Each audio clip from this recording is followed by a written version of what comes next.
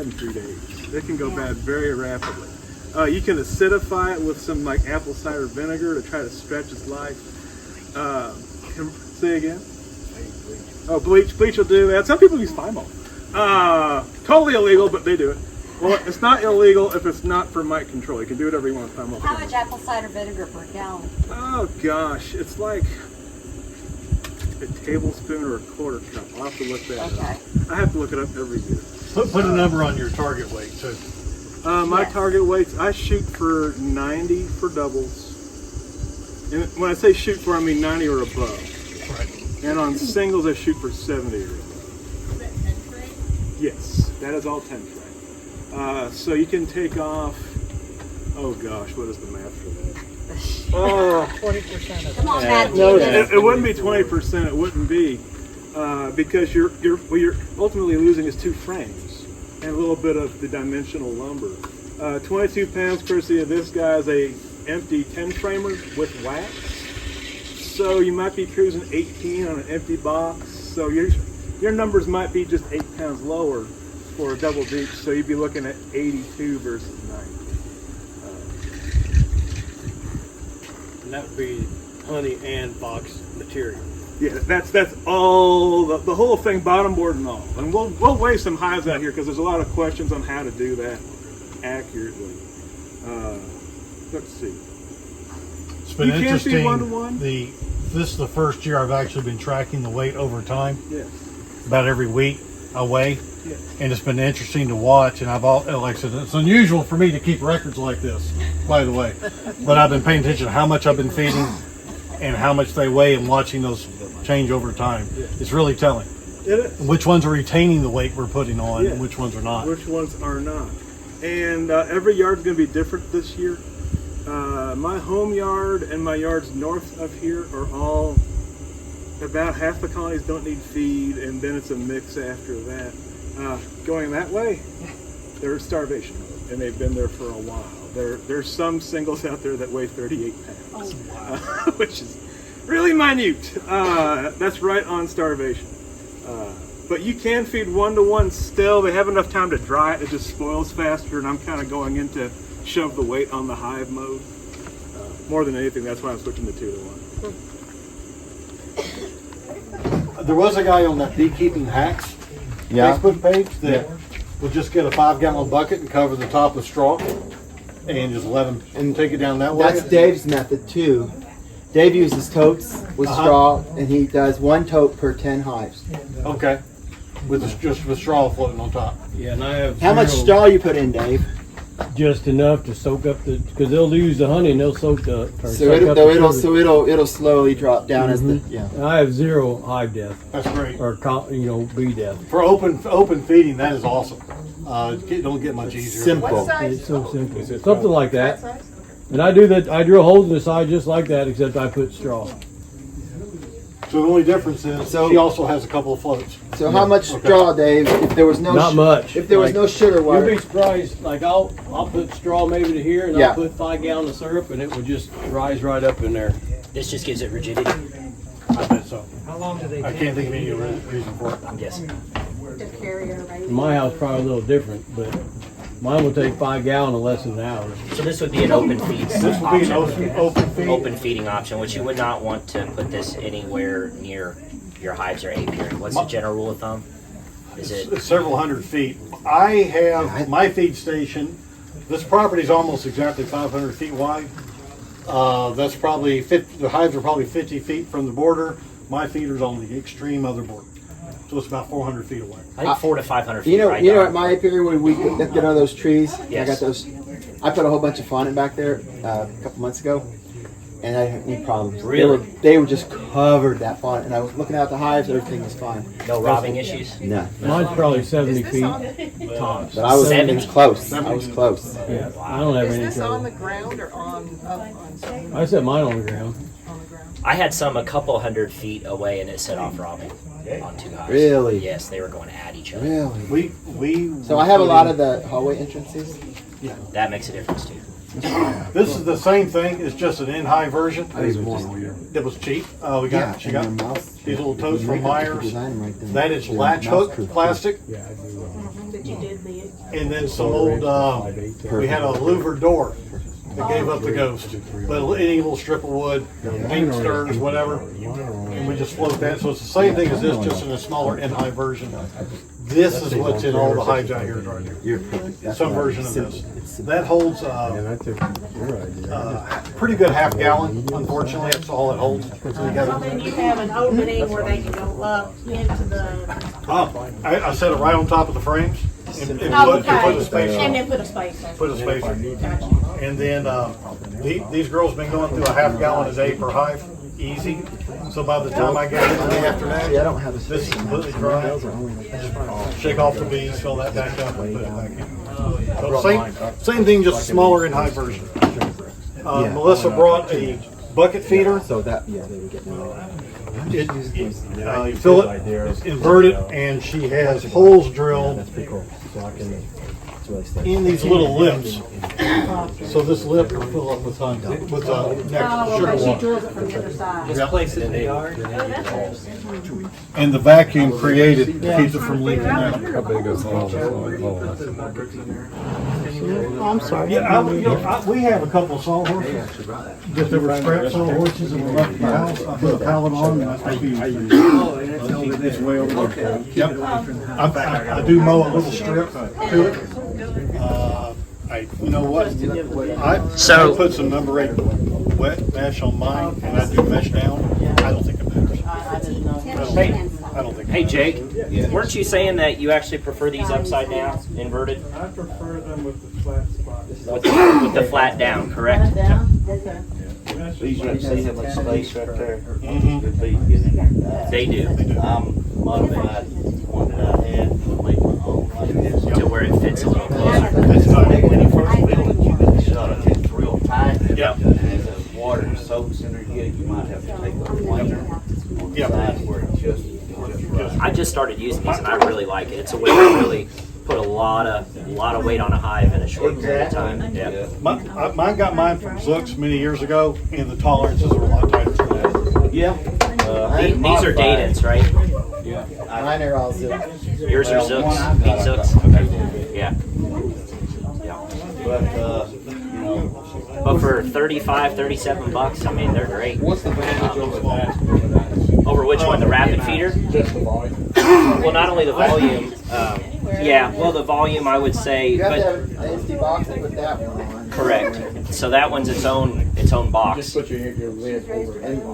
Your inner cover sits on top of that, and what I really like about it is the entire area is patrolled space. So I use a type of rapid feeder, but the problem with these, like if you were to put this inside an empty, let's say super to house it, ants and critters and everything else get all around inside here because that is not patrolled space by the bees. Right. So it's kind of a trade-off. The advantage of this is being able to refill the sugar without interrupting the hive. So you don't have to, I go out there in my shorts and t-shirt and refill these tiny little rapid feeders because you don't have to get a smoker, put your suit on, nothing. You just lift this up, refill it, and put it back on because the bees can't get to it. The other one, though, the bees are all in there, so if you're going to refill it, you need to make sure that you suit up and have your smoker ready and everything else. But with that all being patrolled space, I have those top hive feeders that I got from Jake on 3 or 4 of my colonies now, and there's no ants anywhere in those because the bees are able to patrol all that space. So pros and cons as with everything in beekeeping, right? That many bees ants that get in there, but Yep, go ahead. that over there, there's more bees can get in there and suck and go back down. Correct. In the middle of that, it saves a lot of time when they're on those time schedules. That's another advantage. If you think of this in terms of surface area that the bees can access, that's a small amount of surface area. That top hive is a massive amount of surface area that the bees can access. So they're also able to add the weight much quicker. So it's a much faster way to get weight on your hive. They're only accessing a tiny little surface area on this, where that other one, it's the whole thing. So they can send thousands of bees up there, suck it down, and the opening there spreads across all 10 frames. So it's not just the bees that are in the middle that can access it, it's bees from any frame can also go up and look at And it. if you're building up comb and if you're a brand new beekeeper, you'll get it built out a lot. Correct, so. The I guess the other thing I'll show, and then we'll head out, is after get ready to button them up for the year. A lot of different ways. Ventilation's key. I don't use anything fancy. That's just a 1x4 spacer board with vent holes. That's it. This on top of the top box, inner cover, outer cover, done. I haven't put burlap in it. I mean, it's nothing wrong with that. I just haven't needed to. But that's, and then Let me just add that when he drills those holes, he drills them at an angle where if the weather hits it, it'll go out. And he will, our weather comes from this direction, so the vent. Put it on those on the I other do. I side. put that on the south side. Yeah. Most of these times we're facing due east. Also, just to allow ventilation, but to knock down some of the breeze. That's just an old Picnic sign. church picnic sign. You can use a political sign. I was gonna say, These political signs. Yeah. The Wednesday in November, they're free game. They're but they have everywhere. Free game. It's no longer theft. I just drilled some 1-inch holes. I just drilled some 1-inch holes to let ventilation come through, but it does knock down some of the breeze. Now you also pull up the T-post while you're out. Hey, it's bad enough when I can't find T-posts at Tractor Supply. What is that for then? This is the IPM board. Oh, okay. But I just make sure that I can get that chimney. Yeah. So that it takes that heat vapor or the respiration vapor away from it. So it's just a regular IPM board. Close them up, leave them open. This is kind of in the middle. And then we do wrap our hives, final. But we don't do that until like Until it starts getting December cold, or cold. January. This is what it looks like. Got Lowe's, Home Depot. The cool thing is, you can find one that's already damaged, haggle with them, they'll knock it in half. Because you're going to cut it to size anyway. So find one that's damaged and haggle with them, and they'll sell it to you cheap. And you can see how high tech this is, duct tape. Just wrap The it, world's moving. and it seals up. Actually, it's gorilla tape. That's some sticky stuff. It just seals up the seams and helps keep the wind down. That's it. And then But they can still get out. The holes, he's got the holes Right. up there. what sits on top of the rails of the Okay, of the bottom board, Bottom board, okay. so they can still get out. But you don't mess with that until like January. Christmas. This is like, We will do our OC treatment around Thanksgiving, OA treatment around Thanksgiving, and then after that, sometime after that, when I'm done, and I'm not going to touch them again for a while, I'll put those on. and it's cold. Yeah. Like, consistent. yeah. It ain't going to hurt, we can do it ahead of time. Tar paper works just to knock down the breeze. last year, and then it got 90 degrees. Yeah, don't. So I thought what we might do, I have several gallons of 1-to-1. Everybody's got feeders. We thought we might break up in like 3 groups. And let's just feed some bees and have a look inside and see what we see. I've got some, take some scales. I got some scales. You got scales. I have another set in there as well. Or you want to take a group? You be okay taking a group? Yeah, I'm fine. Yeah, I guess I got clothes in my bin. Okay.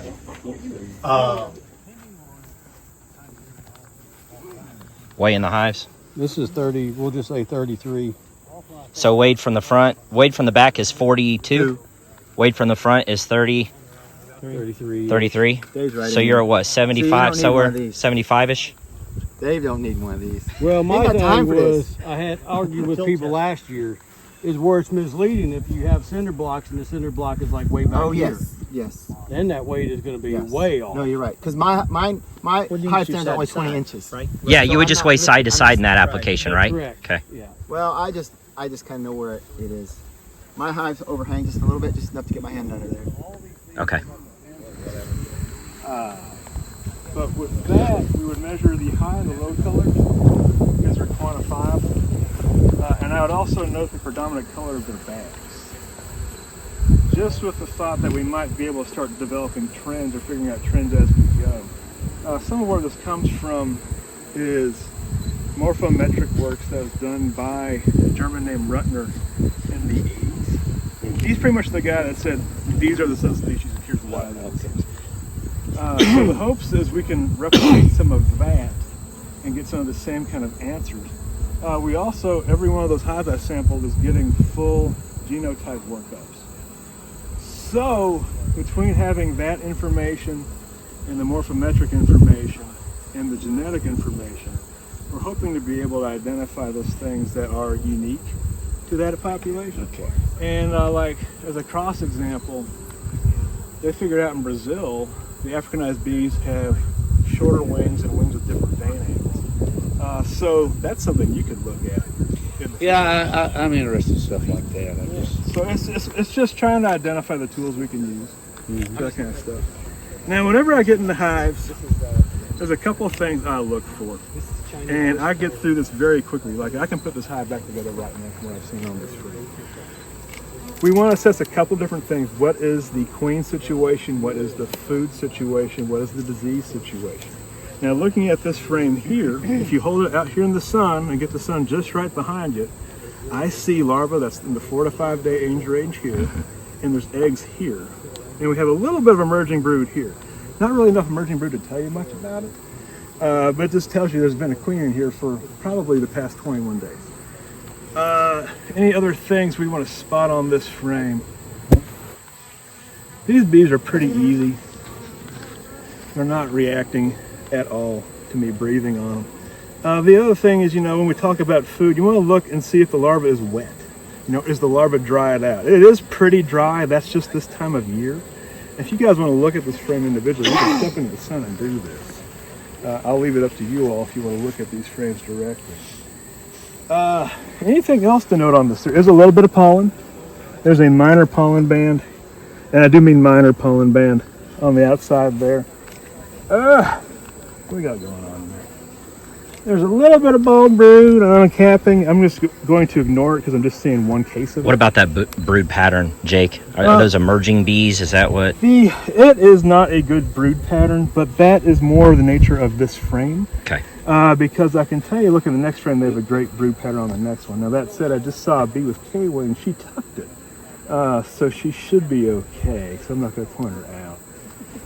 But anyway, we've looked at this and kind of divined all we can from this. The only other thing to do is see if we can get a better frame of cat brood to give a final judgment on that queen.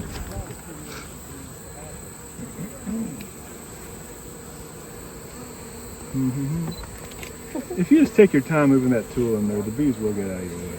If you haven't learned the system of inspecting a hive, I highly recommend you do it because it saves oodles of time. Oh God, yes. Oodles. Just diving straight in. Like half the time the queen will be on one of these frames. And this is the one that's covered in cat brood. Now you can't see much of The it. other side is pretty. Yeah, I see it. This is pretty good. It's not a perfect frame by any stretch.